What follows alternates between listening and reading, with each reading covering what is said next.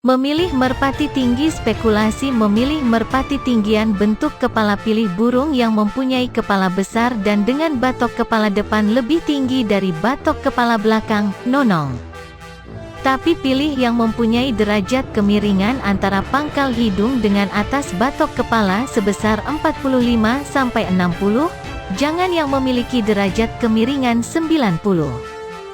Karena biasanya bentuk kepala SPT ini dimiliki oleh burung yang hanya bagus turun atas kepala, tengah, arah jam 12. Berbeda dengan yang mempunyai kemiringan 45–60. Tipe kepala seperti ini kan oke turun dari arah manapun. Selain itu biasanya burung dengan bentuk kepala seperti ini lebih cerdas. Mengingat untuk merpati tinggian sangat diperlukan feeling yang mempunyai tingkat kecerdasan tinggi. Bentuk paruh. Pilih paruh yang berbentuk merit, runcing pada ujungnya. Tidak terlalu besar dan tidak terlalu panjang. Pilih yang mempunyai panjang dari ujung hidung sampai ujung paruh berjarak sedikit lebih pendek dari jarak pangkal hidung sampai batok kepala depan teratas. Mata-mata sebagai senjata utama bagi merpati untuk menemukan gerakan tentu tidak akan kita abaikan dalam hal pemilihannya. Pilih mata yang mempunyai pupil, biji mata, berwarna hitam pekat dan responsif terhadap cahaya, akan membesar dan mengecil dengan cepat saat menerima perubahan rangsangan cahaya. Pilih juga yang mempunyai cincin lingkar menempel pada biji mata, biasanya berwarna hijau. Seperempat keliling biji mata menggantung di depan bawah. Sedangkan untuk warna mata, pilih yang mempunyai dua warna mata, biasanya perpaduan antara kuning tua dengan kuning muda, merah tua dengan hijau tua, atau merah muda dengan putih. Pilih yang mempunyai warna tengah lebih tenggelam dari warna luarnya, sehingga akan terlihat jelas perbedaan antara keduanya. Bila mata burung kita lihat pada tempat yang teduh, tidak terkena cahaya langsung. Jika mata burung kita lihat pada saat terkena sinar matahari langsung, maka kedua warna mata akan bergabung dan tampak seperti titik-titik warna yang menyatu. Hidung kalau di daerah C, oleh sebagian teman, keadaan, bentuk, besar dan kecilnya hidung tidaklah pernah digubris. Akan tetapi tidaklah sependapat dengan yang akan saya sampaikan, karena menurut pengalaman, berbagai bentuk hidung mempunyai kelebihan dan kelemahan. Menurut saya hidung juga berperan untuk merpati menemukan jalan pulangnya. Di samping feelingnya, beberapa hidung favorit saya: 1. Besar, panjang, menggembung, bukan Prambon, turunan dari merpati pos. Saya suka dengan hidung berbentuk seperti ini bila mempunyai warna kapur pekat dan pangkal hidung bagian bawah menjorok ke belakang. 2. Besar, panjang, trepe, melekat ke paruh, jika burung ini Prambon. Saya suka hidung berbentuk seperti ini jika memiliki warna kapur pekat akan tetapi terlihat garis-garis samar sejajar berwarna kemerah-kemerahan di seluruh bagian hidungnya. Dan pangkal hidung bagian bawah menjorok ke belakang. 3. Kecil, menggembung, strain Jawa, baik Jawa Sungut ataupun Jawa Deles. Saya suka dengan hidung berbentuk ini bila mempunyai warna kapur pekat dan pangkal hidung bagian bawah menjorok ke belakang. Adapun bila pada pangkal hidung berbentuk lurus, saya suka burung ini untuk gaburan, bermain di rumah. Biasanya burung tidak membutuhkan jarak jauh-jauh untuk bisa terbang tinggi. Yang penting pemilihan mitra terbang yang imbang dan sepadan. Justru bila burung dengan tipe hidung seperti ini akan pulang lama bila dilepas jauh, bahkan kadang hilang. Leher. Sampai saat ini saya masih berpendapat bahwa leher adalah sarana utama bagi burung merpati untuk metil, enjungkel, nunjem, nenggel, tel. Pilih leher yang kuat dan jangan terlalu panjang. Pilih panjang leher yang sedikit lebih pendek dari tulang dadanya.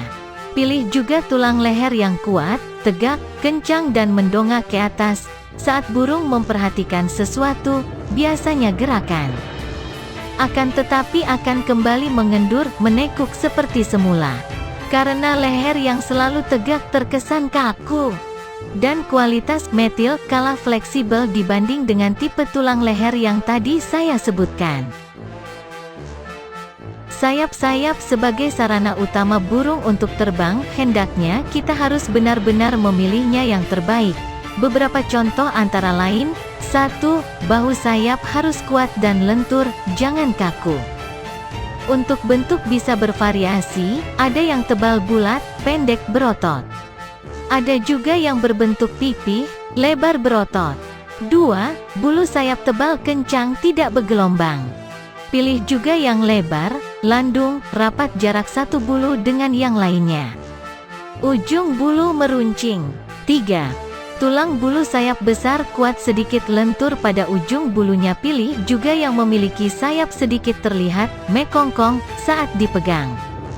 Jangan yang memiliki sayap merapat ke badan, karena kualitas turunnya akan lebih kencang yang mempunyai sayap agak mekongkong. Bentuk dada, pilih bentuk dada yang berbentuk huruf V, kalau dilihat dari depan, jangan yang berbentuk O. Apalagi elip mendatar, gepeng. Burung dengan bentuk dada berhuruf V biasanya akan turun kencang dari arah manapun. Berbeda dengan yang berbentuk huruf O, hanya bagus turun atas kepala per jam pukul 12. Karena kalau turun agak condong biasanya kecepatan turun burung berbentuk dada seperti ini akan berkurang. Tulang dada, pilih tulang dada yang mempunyai panjang sedikit lebih panjang dari telunjuk orang dewasa, atau paling tidak sama panjang. Masalah bentuk, saya punya pengalaman seperti ini. 1. Berbentuk seperti tanda centang, denangan tulang dada belakang menjorok ke belakang, biasanya burung jadi berbentuk jantung. Burung dengan type tulang dada seperti ini dengan perangkat lain yang memadai biasanya akan turun anteng, tidak goyang. 2. Berbentuk seperti perahu. Dengan perangkat lain yang memadai dan cekelan padat berisi, burung akan turun sambil ngegenjot. Sapit udang, ada yang berpendapat bahwa kondisi ukuran, jarak dan bentuk sapit urang pada burung merpati tidak mempengaruhi gaya terbang dan turunnya, kalau dari pengalaman saya pribadi. Bila dinilai dari cara terbang burung sendiri, memang sampai saat ini saya belum menemukan adanya pengaruh sapit urang sama gaya terbang burung. Akan tetapi untuk masalah turun seperti ini berpengaruh besar. Ketebalan dan kuatnya sapit urang pun juga mempengaruhi turunnya merpati. Seperti contoh, merpati dengan sapit udang, rapat, tidak berjarak sama sekali, gantet, biasanya kalau burung mempunyai kemampuan turun, turuninya akan pelan. Merpati denga, sapit udang, berjarak sempit. Kira 0,5-1 cm, untuk burung merpati berukuran besar. 0,5 cm untuk merpati berukuran sedang. Kalau burung mempunyai kemampuan turun, turunnya akan megal-megol, goyang-goyang. Merpati dengan jarak sapit udang, kira-kira lebih besar dari 1 cm. Kalau burung mempunyai kemampuan turun, akan turun dengan anteng, tidak goyang-goyang, tentunya juga didukung ukuran, brutu, dan bentuk ekornya. Kondisi sapit udang yang bengkok, sejauh pengalaman saya, dulu saya pernah punya burung dengan jarak sapit urang, kira-kira 1 cm, sebelum sapit udang bengkok burung mampu turun cepat dan shoot kasar. Karena shoot terlalu keras, burung turun ngebrok lemah. Kemudian salah satu sapit urangnya patah. Setelah menjalani perawatan beberapa minggu, sapit nyambung tapi bengkok sebelah. Sejak saat itu burung tersebut masih mampu turun, hanya kecepatan turun dan shoot-nya berkurang. Pinggang, brutu, perbedaan ukuran dan jarak dari pinggang, brutu, merpati tentunya tidak mungkin bila tidak mempengaruhi apa-apa pada kinerja. Dari yang berukuran besar, kecil, sedang, berjarak rapat ataupun yang berjarak renggang. Kalau dari pengalaman, pinggang berjarak renggang dari badannya akan membuat burung tidak memiliki keseimbangan yang bagus. Burung dengan kecepatan turun lambat, tentunya tidak akan terlihat dengan jelas ketidakseimbangannya dengan adanya pinggang seperti ini. Berbeda dengan burung dengan kemampuan kecepatan turun tinggi keras, jika memiliki pinggang renggang seperti ini akan terlihat jelas saat burung turun arah jam 12 atas kepala. Kemungkinan pertama turun burung akan patah, separuh jalan berbelok. Kemungkinan kedua burung turun dengan kecepatan tinggi tanpa adanya keseimbangan pengereman. Akibatnya burung akan turun dengan keras, yang berakibat menyakiti dirinya sendiri. Berbeda dengan pinggang yang berjarak rapat, baik yang besar maupun yang kecil memiliki kelebihan sendiri-sendiri. Dengan perkakas lain yang mendukung, burung dengan brutu, kecil rapat, akan memiliki tipe turun, anteng, tidak goyang-goyang. Burung dengan brutu, besar rapat, akan memiliki tipe turun tampak goyang-goyang. Bila semua perkakas mendukung, sebenarnya goyang-goyangnya itu merupakan seni lemparan tubuh burung ngegenjot-ngegenjot saat turun. Ekor, ketebalan dan bentuk ekor saat burung kita pegang tentunya akan bermacam-bermacam. Dari sinilah kita sebenarnya dapat mengira-mengira daya dan gaya turun dari burung tersebut. Pilihlah burung yang mempunyai bulu ekor rapat, tebal dan panjang. Tebal di sini harus disesuaikan dengan pegangan, cekelan, burung. Kadar ketebalan bulu ekor akan berbeda dari cekelan, padat, kiel, empuk, ngapuk, keras, rapet, atos, yang sangat susah diutarakan lewat tulisan. Tapi dengan pemilihan dan pembelajaran yang berulang-berulang, pasti kelak dengan mudah kita akan dapat membedakan ukuran yang sesuai. Asteris saat kita pegang bulu ekor akan tampak menyatu. Itu ciri dari brutu, kecil. Biasanya bentuk ekor seperti ini dimiliki oleh burung dengan gaya turun anteng. Asteris saat kita pegang bulu ekor akan tampak melebar pada ujungnya, tidak mengumpul jadi satu. Itu ciri-ciri dari brutu, besar. Biasanya bentuk ekor seperti ini dimiliki oleh burung dengan gaya turun, ngegenjot-ngegenjot. Saat kita pegang ekor merpati pun akan mempunyai daya tekan ke bawah yang berbeda-berbeda.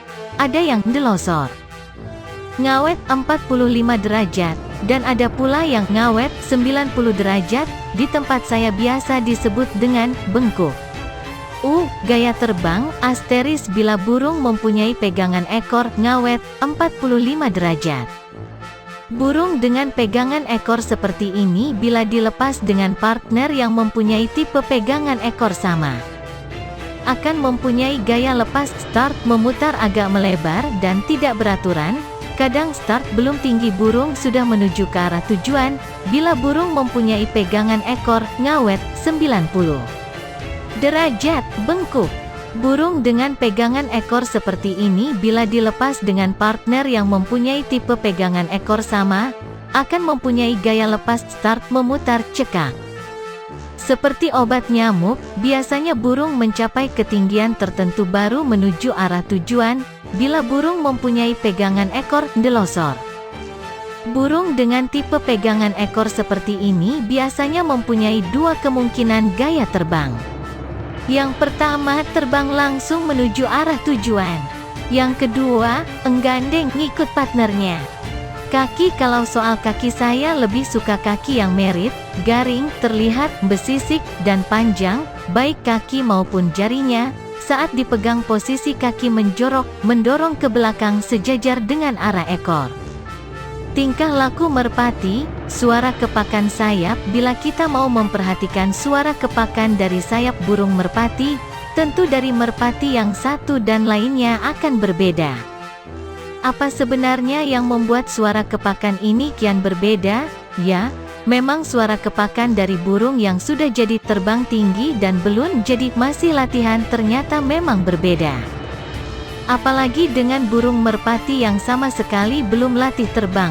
Umbaran, kepakan sayap burung merpati yang sudah terbang akan terdengar lebih ringan, teratatak, kira-kira begitu, kalau sudah terbang.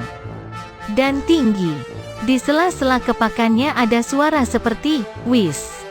Wis, sedangkan sayap burung merpati yang belum volsir terbang, jarang terbang akan terdengar lebih berat, ceplak-ceplak. Memang kalau tanpa mengamati dengan seksama dan berulang-berulang akan tampak susah. Membedakan suara kepakan ini. Cara turun saat kita belanja di pasar, tentu akan banyak pedagang yang sibuk menawarkan merpati dagangannya. Kalau saya, saat membeli sering mengamati dari jarak yang agak jauh. Melihat para pedagang menawarkan burung-burung yang dijajakannya pada calon pembeli. Biasanya burung ini, burung giring, akan diperlihatkan giringnya dengan cara betina dinaik turunkan kurungan. Nah, inilah kesempatan kita menilai mental si burung tersebut. Kalau kita mau mengamati, cara turun burung dari kurungan itu akan bermacam-macam. Ada yang melompat dengan mengepakkan sayap. Ada yang langsung turun menjatuhkan tubuhnya, ada yang dengan posisi kepala di depan, ada pula yang dadanya di depan. Ya, untuk mental burung, burung yang menjatuhkan tubuhnya lah yang memiliki mental untuk turun. Bukan merpati yang turun kurungan dengan cara melompat dengan mengepakkan sayapnya. Akan tetapi cara itu hanya bisa dipakai untuk memperkirakan kemampuan mental turunnya, bukan kemampuannya untuk turun. Karena untuk kemampuan turun masih diperlukan perangkat-perangkat lain yang memadai, tulang leher, sapit urang, pinggang, cara jalan. Banyak dari penggemar burung merpati tidak lagi memperdulikan cara jalan dari burung merpati ini. Memang cara jalan burung hanya bisa digunakan untuk memperkirakan malas dan tidaknya burung, meski hanya sedikit orang yang mempercayai. Semoga pendapat ini bisa sedikit bermanfaat bagi sesama penggemar yang menginginkan burung merpatinya adalah merpati yang rajin dan tidak malas terbang. Saat burung berjalan, coba kita amati telapak kakinya, napak, menyentuh tanah, atau tidak. Biasanya burung merpati yang berjalan hanya menapakkan keempat jarinya, tanpa telapak kakinya. Akan mempunyai kemampuan terbang yang lebih panjang, lama daripada burung yang menapakkan telapak kakinya saat berjalan. Anda tidak percaya? Coba buktikan sendiri dengan burung yang mempunyai segala baik pegangan dan lain-lain yang sama, dan perkiraan umur yang sama, latihan yang sama, pakan yang sama, dengan jalan yang berbeda seperti di atas. Saat burung sudah sama-sama jadi hafal lapak rumah, terbangkan burung berulang kali, dan burung mana yang mempunyai ketahanan terbang paling baik di antara keduanya? Burung mana yang lebih dulu lelah ngenduk, hinggap di sembarang tempat? Penampilan setelah melihat cara berjalan dari burung merpati. Tidak salah bila kita melihat keunggulan burung merpati dari bentuk tubuhnya saat berdiri. Burung yang berdiri terlihat punggung dan pinggangnya menyembul, tampak berpunuk, tentu akan mempunyai kemampuan terbang dan turun yang berbeda dari burung yang mempunyai bentuk tidak seperti itu. Biasanya sayap burung akan tampak menggantung. Bila kita melihat merpati dengan bentuk tubuh seperti itu, ada kemungkinan burung ini mempunyai gaya terbang dengan speed kencang dan kemampuan turun yang patut diperhitungkan.